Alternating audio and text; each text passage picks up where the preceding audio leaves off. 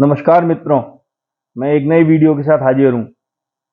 अभी एक दो दिन पहले एक न्यूज़ छपी थी कि बैंकों में डिपॉजिट क्रंच दिखाई दे रहा है। लोग बाग कम डिपॉजिट करा रहे हैं, लोन की मांग बहुत अधिक है, डिपॉजिट्स कम हो रही हैं, तो बैंकों को मुश्किल हो रही है।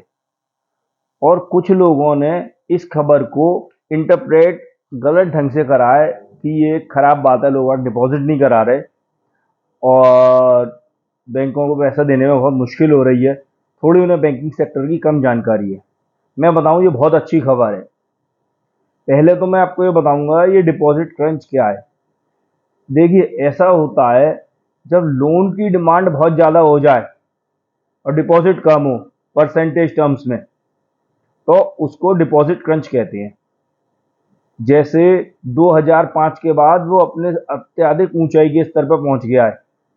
जो क्रेडिट लोन रेशियो है 2023-24 के लिए, जितनी फाइनेंशियल ईयर 2023-24 में डिपॉजिट्स हुई हैं, उसका 80% लोन हुआ है। अब आप लोग कहोगे इसमें घबराने की क्या बात है, 80% हुआ है, 20% फिर भी बैंकों के पास बचा। ऐसा नहीं है मित्रों। क्या होता है कि बैंकों को कोई ऐसी चीज़ें मेंटेन करनी पड़ती हैं, आरबीआई का निर्देश होता है, कुछ ऐसे जगह इन्वेस्ट करना पड़ता है जो कंपलसरी होता है।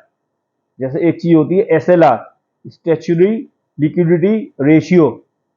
तो गवर्नमेंट बैंक्स को अपना 18% इसमें एसएलआर में, एसएलआर मतलब भारत सरकार की प्रतिभूतियां, सिक्योरिटीज, बॉन्ड्स, इनमें इन्वेस्ट करना पड़ता है। ये एक प्रिकॉशन की तरह होता है, कभी बैंक फेल हो कुछ हो तो 18% उसका गवर्नमेंट के पास है। इसी प्रकार एक चीज होती है CRR, cash reserve ratio. Cash reserve ratio इस समय 4.5% है। तो वो 4.5% उनकी जितनी भी डिपॉजिट होती है उसको कैश के रूप में आरबीआई के पास रखना पड़ता है, रिजर्व बैंक ऑफ इंडिया के पास। ये कंपलसरी है, इस पर कोई ब्याज भी नहीं मिलती। एसएलआर पे तो ब्याज मिलती है। तो आप ये समझिए 22.5, 23, 24% पैसा तो इनका ऐसे ही चला जाता है, डंप हो जाता है। और उसमें ब्याज भी बहुत कम होती है। जब आप वेटेड एवरेज निकालेंगे कि सीआरआर पे नो ब्याज और गवर्नमेंट सिक्योरिटीज पर जिनमें बहुत कम ब्याज होती है, तो टोटल मिला के ब्याज कम हो जाएगी।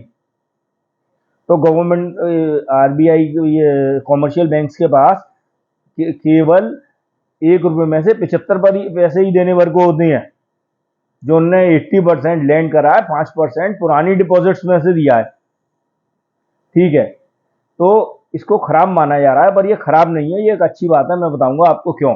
पर पहले मैं दो कारणों पे आता हूं कि ये डिपॉजिट क्रंच क्यों हुआ है। तो मेरे ख्याल से इसके दो कारण हैं। ख्याल क्या, दो कारण ये मेन है, और जो कोई भी कारण हो छोटा मोटा। एक तो क्या है, कोविड के बाद से बहुत सा पैसा डाइवर्ट हुआ है स्टॉक मार्केट में। देखिए, सेविंग्स की तीन चार चीज होती हैं। आदमी गोल्ड में सेव करता है, बैंक में सेव करता है, स्टॉक मार्केट में पैसा लगाता है, रियल एस्टेट में पैसा लगाता है। यही होती हैं, और कोई ऐसी चीज नहीं है। ठीक है, तो एक तो क्या हुआ है डायरेक्ट, परंतु उससे बैंकिंग सेक्टर पर क्रंच आने की कोई जरूरत नहीं है। क्योंकि क्या होता है, कंपनी को ये बैंक्स क्या करते हैं, हम लोगों से डिपॉजिट लेते हैं, इंडस्ट्रियल सेक्टर को, और जो मतलब रिटेल में मकान मकान खरीदना चाहते हैं। रिटेल का मतलब छोटे मोटे ग्राहक, 5, 10, 15 लाख रुपए, 25, 50 लाख तक के, इनको कहते हैं रिटेल लोन। और होलसेल लोन कहते हैं जो बड़े बड़े लोन होते हैं, इंडस्ट्रियलिस्ट को दिए जाते हैं। तो शेयर बाजार से इंडस्ट्रियलिस्ट के पास पैसा पहुंच ही रहा है आईपीओ के थ्रू एटलीस्ट। बाकी तो चलो शेयर में लगा रहे हैं, उसके दाम बढ़ रहे हैं। तो एक तो वो कारण है कि जो पैसा डाइवर्ट हो गया है। ठीक है, और ये खराब बात नहीं है। खराब बात इसलिए नहीं है क्योंकि in the long run stock market का रिटर्न बैंकिंग सेक्टर से हमेशा अच्छा होता है, अगर आप 10, 15, 20 साल के परिप्रेक्ष्य में देखें तो।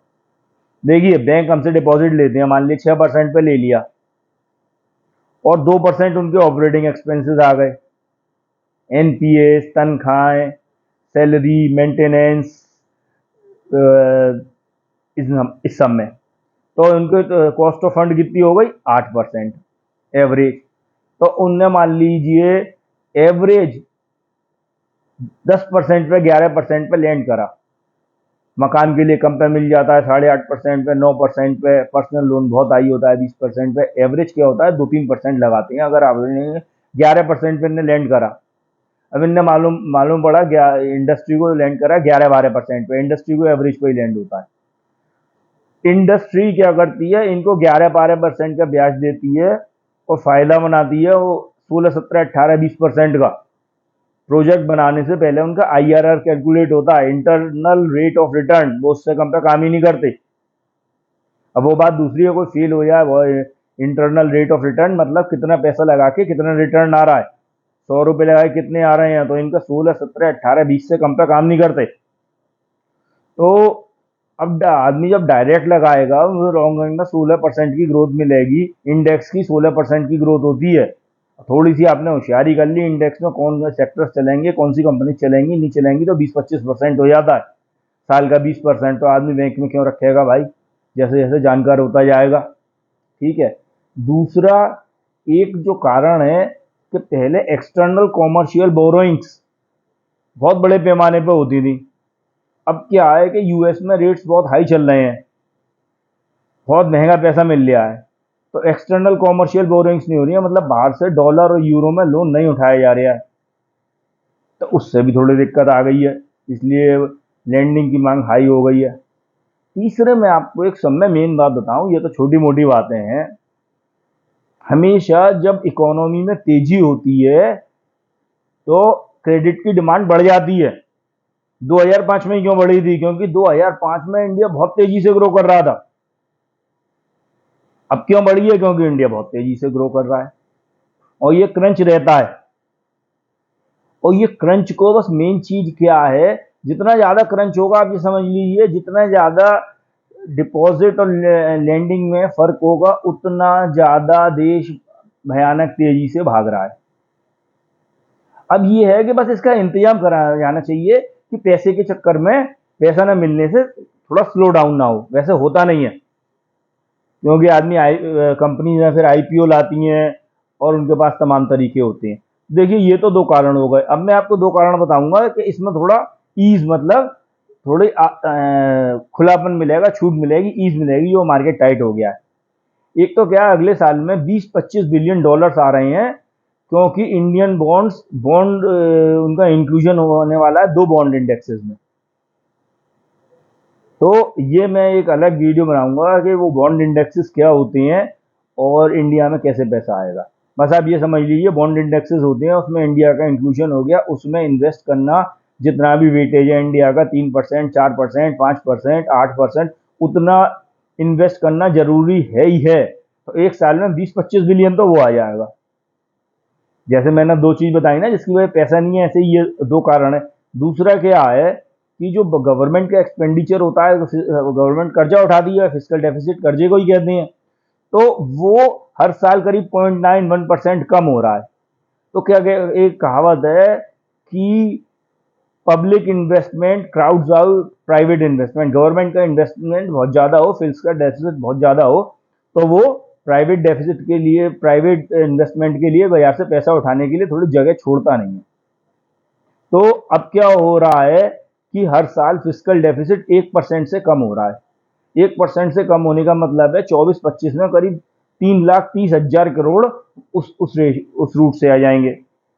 आरबीआई ने बहुत भयंकर डिविडेंड दिया है, वो भी पैसा सरकार के पास आएगा, तो फिजिकल डेफिसिट कम होगा तो प्राइवेट सेक्टर को मिलेगा। ठीक है। तो ऐसे करके कोई घबराने वाली बात नहीं है। डिपॉजिट ग्रोथ हुई है 13.5%, लोन ग्रोथ हुई है 20% बाई 23-24 में, ऐसे ही 22-23 में हुआ था। डिपॉजिट ग्रोथ हुई थी 96%, क्रेडिट ग्रोथ हुई थी 15.4%। ठीक है। तो इसमें घबराने वाली बात नहीं है। आप तो कहो कि डिपॉजिट लोन ग्रोथ हो 20%, 25%, मतलब देश भाग रहा है। और मंदी में क्या होता है, इसका उल्टा, जब बैंक के पास डिपॉजिट हो, सब जमा करा रहे हो, जो क्योंकि प्रॉपर्टी सेक्टर भी तेजी में उठता है, थोड़ा पैसा प्रॉपर्टी सेक्टर में डाइवर्ट हो गया है। प्रॉपर्टी सेक्टर में नहीं है, बैंक पे डिपॉजिट आए, कोई लोन लेने वाला नहीं हो, तो समझो देश का खस्ता हाल है। तो ये कोई बुरी न्यूज नहीं है, ये एक अच्छी न्यूज है। प्रॉपर्टी सेक्टर भी भाग रहा है, वहां भी पैसा डाइवर्ट हो रहा है, स्टॉक मार्केट भी भाग रहा है, वहां भी पैसा डाइवर्ट हो रहा है। तो और एक गवर्नमेंट को स्टेप लेना चाहिए कि सीआरआर इस समय वो इंक्रीजिंगली हर कम करता जाए, हौले हौले करे, 0.5% हर 6 मंथ्स में कर ले, 1-1.5-2% कम कर दे तो उससे बहुत पैसा आ जाएगा। ये सब है डिपॉजिट क्रंच कम करने का, परंतु ये कोई बुरी न्यूज नहीं है, ये बहुत अच्छी न्यूज है।